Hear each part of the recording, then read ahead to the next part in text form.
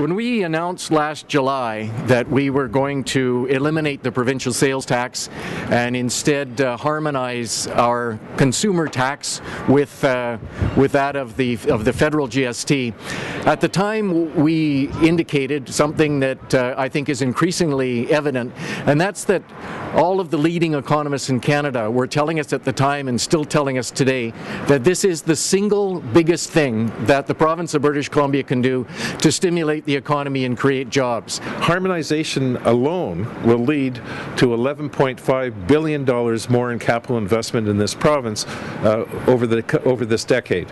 And I think that's really an astounding change that's going to occur. What does that mean in terms of jobs? Well, we have to remember that if you reduce the tax on capital, there's really two impacts that happen. One is that there will be some substitution of capital for labor, but what's also important is that you're reducing costs for businesses, and they will be much more competitive internationally, both in terms of exports and the competition they get from imports coming into the province.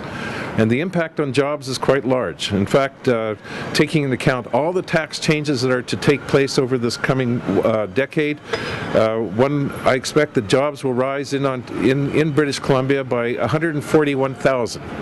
And the HST alone will lead to 113,000 extra jobs by the end of this decade. So that's actually quite a large change. When you have significant taxes on business inputs, intermediate inputs, and capital goods, that impacts their cost competitiveness and impacts on the ability of businesses to compete.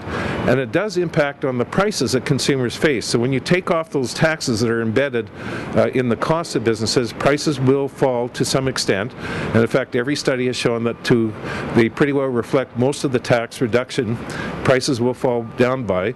And of course there is going to be some additional taxes that are going to be on services, and that will raise the prices for those particular types of products. But in the end, consumers will have lower taxes because the amount of business tax reductions plus some of the other tax reductions that are going to take place will more than compensate for any additional taxes on services.